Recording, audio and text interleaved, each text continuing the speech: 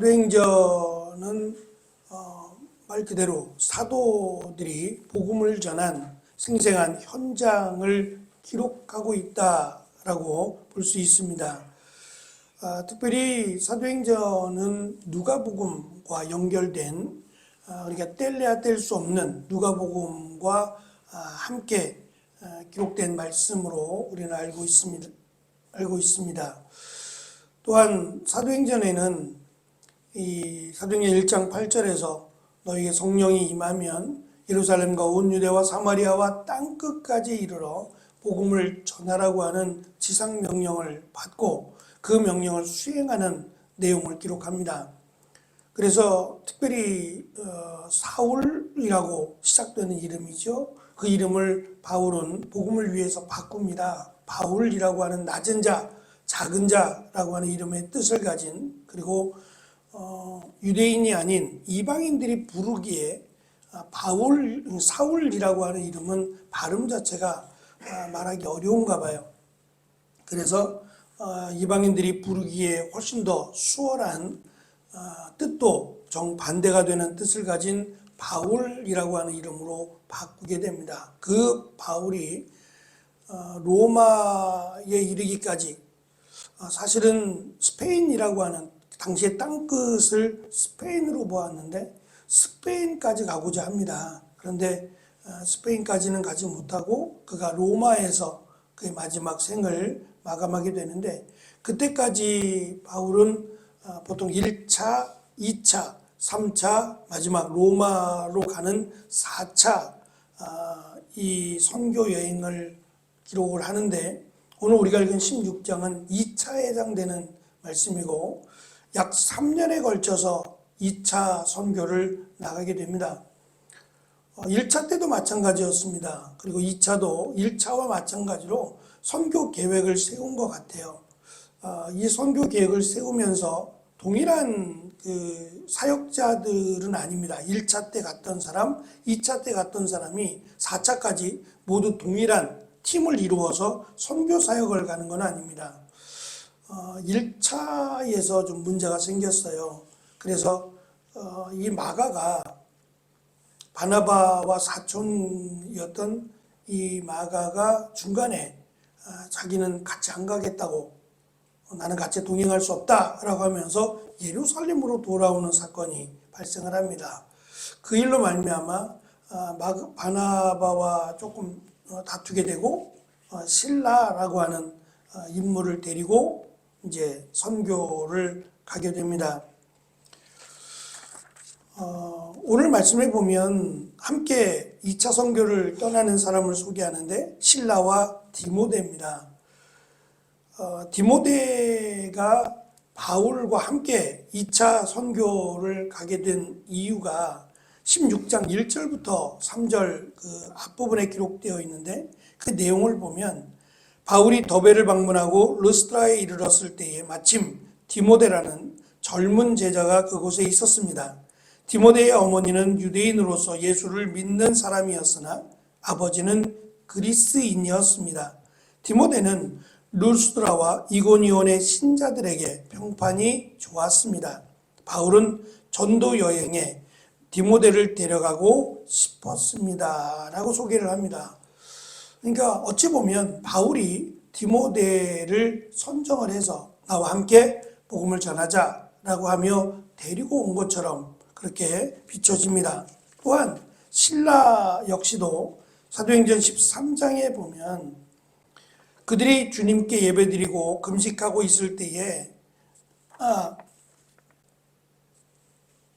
15장에 보면 실라가 예루살렘 교회 출신으로 소개하고 있는데, 15장에 보면 말씀드린 것처럼 마가의 문제로 바나바와 다투고 헤어지게 될 때에 그때에 바울이 추천한 사람이 실라라고 하는 사람입니다.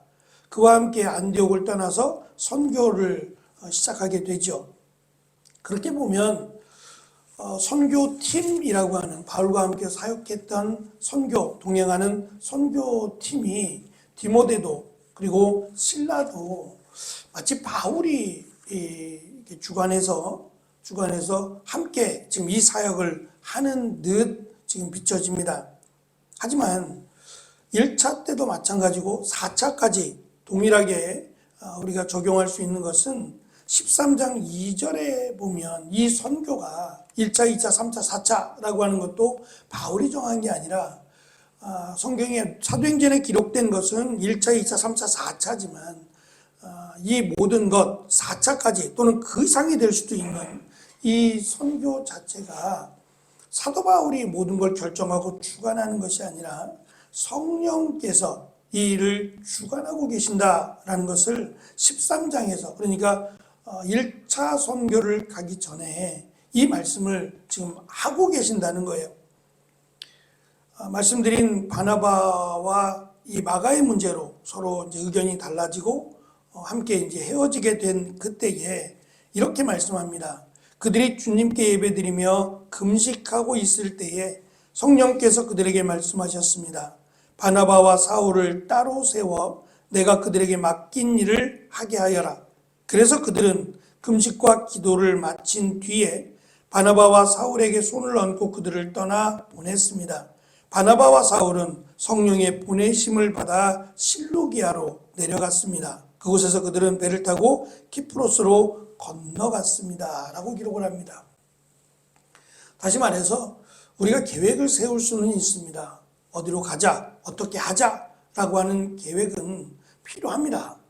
그냥 무작정 떠나고 물론 거기에 따른 하나님의 도우심이 있지만 계획이라고 하는 것은 분명히 필요한 일인 것 같아요. 그런데 이 계획대로 이루어지는 것만은 아니더라는 겁니다. 그러면 계획대로 이루어지지 않으면 그 계획을 준비하지 못해서 계획이 부족해서 오늘 우리가 읽은 말씀처럼 조금 말씀이 우리가 읽으면서도 좀 심각하다 아마 여겨지셨을 텐데 6절은 막으셨어요. 성령께서 막으셨다고 기록하고 7절은 하나님의 영이 허락하지 않았다 그랬어요. 분명히 이 일은 하나님의 일이잖아요. 하나님께서 사울을 택하셔서 이방인의 사도로 세우시고 그에게 복음을 맡기셨고 순탄하게 1차 때 물론 이제 중간에 바나바의 사건, 마가의 사건이 있긴 했습니다만 계획대로 어쨌든 이루어져 가고 있었는데 2차 때에는 성령이 막으시고 하나님의 영이 막으셨다라고 지금 기록을 해요. 그럼 뭐가 문제냐는 거죠. 이들이 기도하지 않았느냐, 또 준비 과정에서 죄를 졌느냐, 뭐 때문에 두 번에 걸쳐서 지금 계속 반복해서 성령께서 길을 막으시고 하나님의 영이 허락하지 않으시는 이런 것을 어떻게 우리가 이해해야 되느냐라고 묻는다면 계획을 우리가 세웁니다.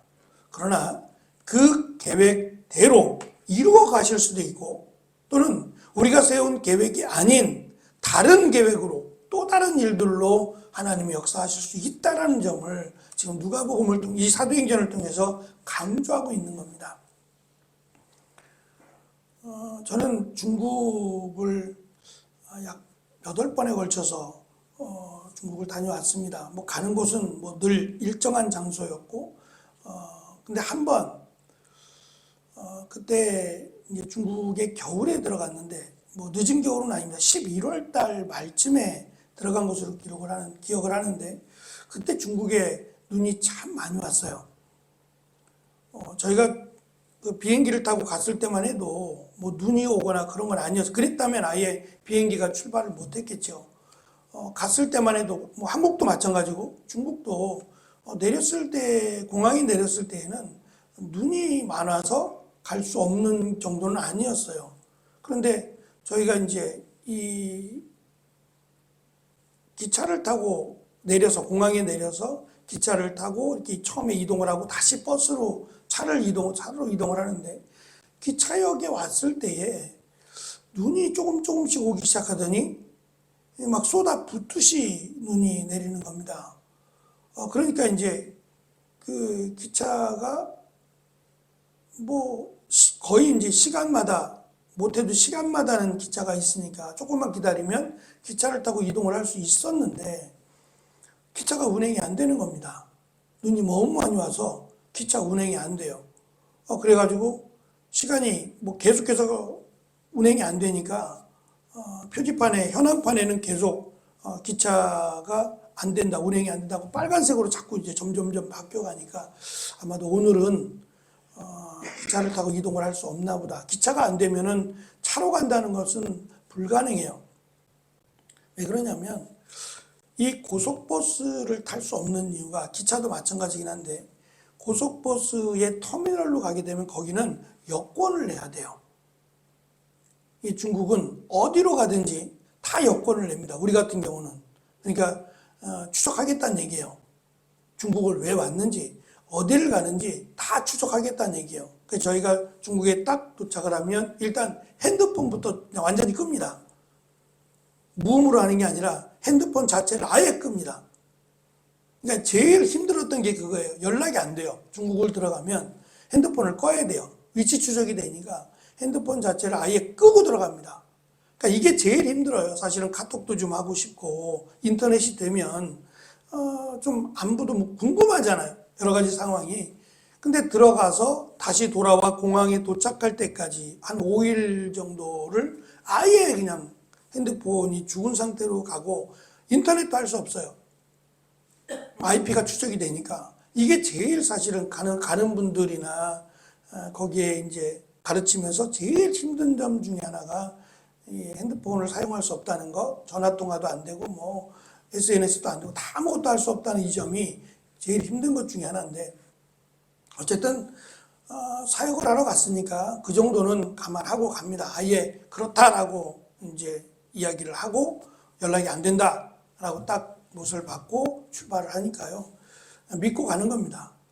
근데 기차가 그나마 고속버스는 딱 지역이 정해져서 가지만 기차는 그나마 지역이 좀 넓다 보니까 추적을 한다고 해도 둘 다 여권을 내긴 하지만 그나마 저희 위치를 조금 더 이렇게 확실하게 드러내지 않는 방법으로 기차를 택한 건데 기차도 안 되고 뭐 고속버스도 안 됩니다. 그래서 그날 저녁 늦게까지 결국은 거기서 머물다가 우리 같으면 이제 KTX가 있고 뭐 기차가 여러 가지 기차가 있잖아요. 그 중에서 요즘도 있을 겁니다만 새마을 기차라는 게 있었죠. 새마을 기차는 말 그대로 좀 돌아가는 것이고 천천히 가는 겁니다. 그래서 예상치 않게 저희가 계획하지 않았던 그날 들어가야 되는데 월요일 날 들어가야 되는데 월요일 날 못 들어가고 결국은 저녁 늦게 이제 눈이 조금 잠잠해지자 이 새마을 기차를 타게 됩니다. 기차를 탔는데 너무 이제 기차가 천천히 가니까 보통은 기차 타고 2시간이면 갈 것을 10시간을 탔어요.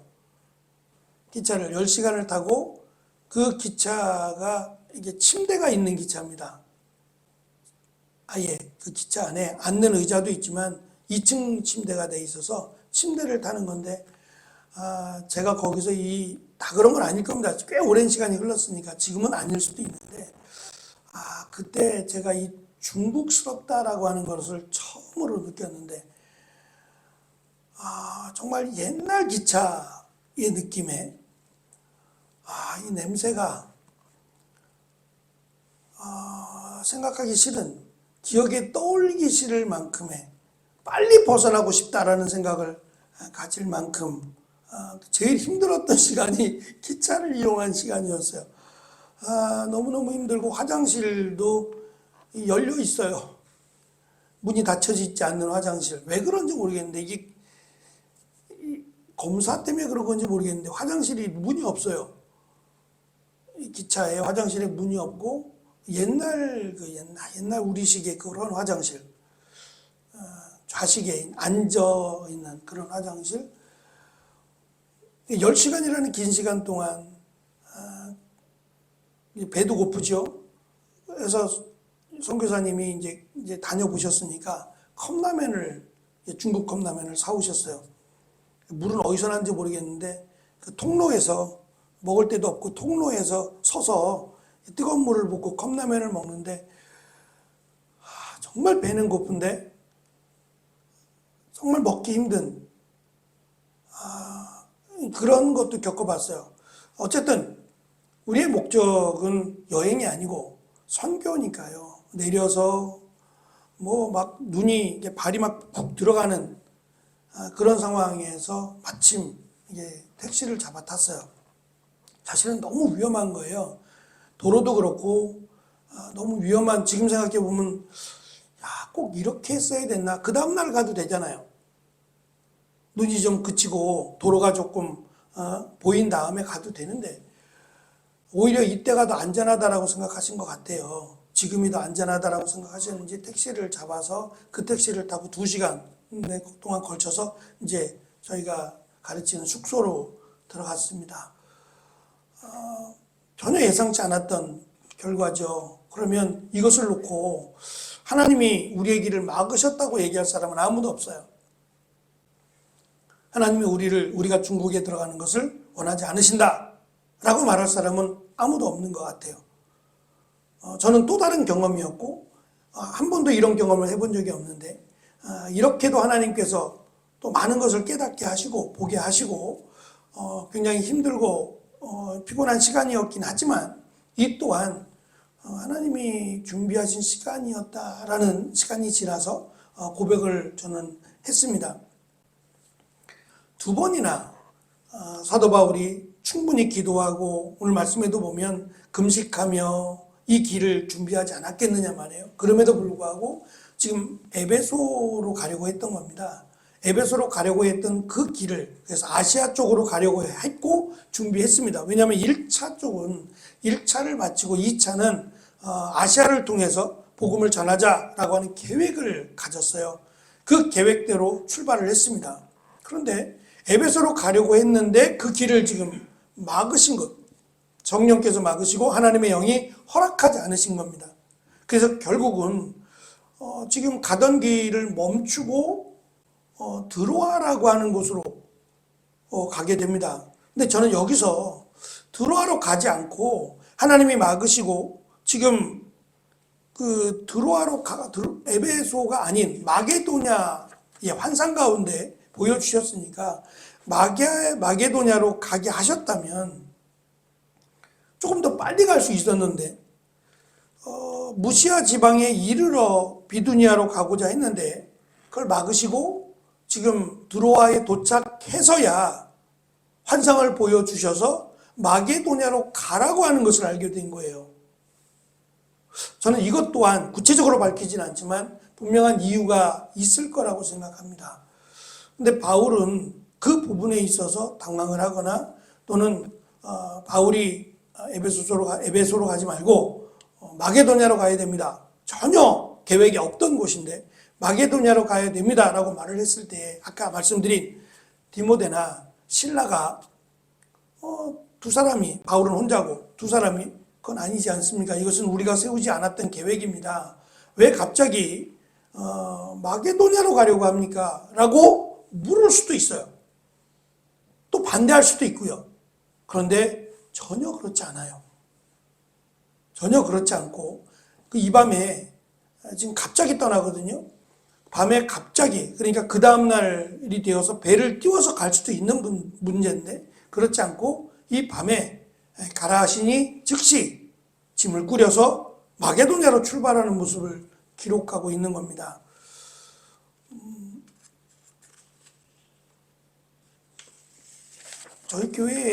저희 교회와 함께 이제 선교하시는 분들이 있죠. 저희가 기도하면서 함께 선교 사역을 자그맣게나마 정말 조금이나마 돕고 있는데 제가 다른 분들한테는 사실 그런 말씀을 드리지 않아요. 오랫동안 우리 교회에 함께 했던 선교사님의 경우에도 제가 그렇게 말씀을 드리지는 못합니다. 그냥 선교사님이 알아서 가끔씩 이렇게 선교 편지를 카톡으로 보내주시는데 저희 이제 동기 목사님이 지금 마다가스카르에서 선교하고 있는 그 동기 목사님은 친구니까 제가 그런 얘기해서 했어요. 선교 편지 보내려고 애쓰지 마. 왜냐면 보낼 게 없을 수도 있잖아요. 그러니까 만들어 보내지 말라는 거예요. 몇 달이 걸려도 상관없고 안 보내도 상관없으니까. 그거 만들어서 보내지 말라고. 그러니까 굳이 그것 때문에 사진 찍고 그것 때문에 뭔가를 만들어서 그렇게 하지 않아도 괜찮아. 그러니까 우리는 선교라는 것에 우리가 갈 수 없기 때문에 선교라는 것을 믿고 기도하면서 우리가 조금이나마 함께하는 거지. 그거 보고받고자 당신이 이런 일을 하고 있고 이렇게 하고 있고 이런 거 보고받을 건 아닌 것 같다. 하나님께 보고해라. 하나님은 아시니까 하나님이 보고 계신다라는 마음으로만 하면 된다. 굳이 그렇게 하려고 애쓰지 마라. 진짜 안 보냅니다. 그래서 때로는 궁금하기도 해요. 지금 어떻게 하고 있나? 궁금하긴 합니다. 그렇더라도 선교라고 하는 이 막중한 사명을 맡아서 하고 있는 그 자체가 한 사람에게라도 복음을 전하고 있고 무언가라도 하고 있는 그 자체가 저는 중요하다, 귀하다라는 생각을 합니다.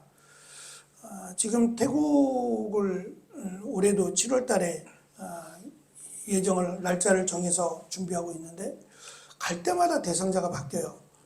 중국하고 조금 다른 상황인데 갈 때마다 대상자가 바뀌어서 속으로만 선교사님한테 왜 바뀝니까? 라고 묻지는 못하고 속으로만 이것도 중국과는 다른 또 하나님의 뜻이 계신가 보다 라고 생각을 하고 기도하다가 요번에 이제 선교사님이 들어오셨길래 얘기를 조금 했어요. 앞으로 선교 방향이 어떻습니까? 저희도 준비를 해야 되니까 물어서 이제 서로 의견을 나누고 이번에는 그 태국에 지금 계속 교회가 생겨나고 있어요. 신학교도 생겨나고 교회들이 지금 계속 생겨나고 있습니다. 문제는 제대로 된 교회가 아니라 이단들도 굉장히 많고 잘못된 신학을 가진 교회들도 많이 생긴다는 점이에요. 그들이 그것을 분별하지 못해요. 그냥 한국에서 후원한다 또는 뭐 미국에서 후원한다 선교사님이다 라고 하면 그냥 받아들이고 보는 거예요. 그러다 보니까 나중에 가서 이 문제가 커지는 경우들이 있어서 어쨌든 제일 중요한 것은 제대로 된 복음을 전하는 것이다 라는 것은 동일한 생각을 갖고 있고 이번에는 그 전에는 이제 태국인들이 아닌 태국에 살고 있는 고산족이나 이렇게 다른 사람들에게 복음을 전했다면 이번에는 태국인이면서 주로 이제 엘리트 계층인데 그 지도자들에게 가르치자. 그래서 저는 이번에 아마 1대1로 할 것 같아요.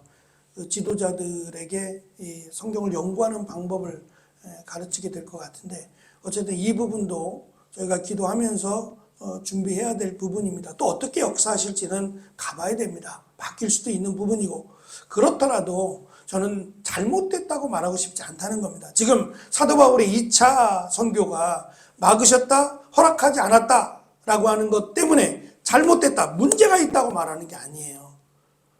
선교는 하나님이 역사하신다는 걸 말하고 싶은 거예요. 이렇게 되더라도 나중에 에베소서로 갑니다. 2차 끝부분에서 가고자 했던 에베소를 가게 됩니다. 그럴지라도 순서가 뒤바뀌고 갑자기 마게도냐로 가게 될지라도 이것 또한 성령께서 하시는 일이고 하나님의 뜻이다. 우리가 계획을 세울지라도 그 계획을 인도하시는 분은 하나님이시다라고 하는 것을 강조하고자 함이라는 거예요. 마찬가지로 우리가 계획을 세우고 준비하고 진행해 나갑니다. 그런데 그대로 되어질 수도 있어요.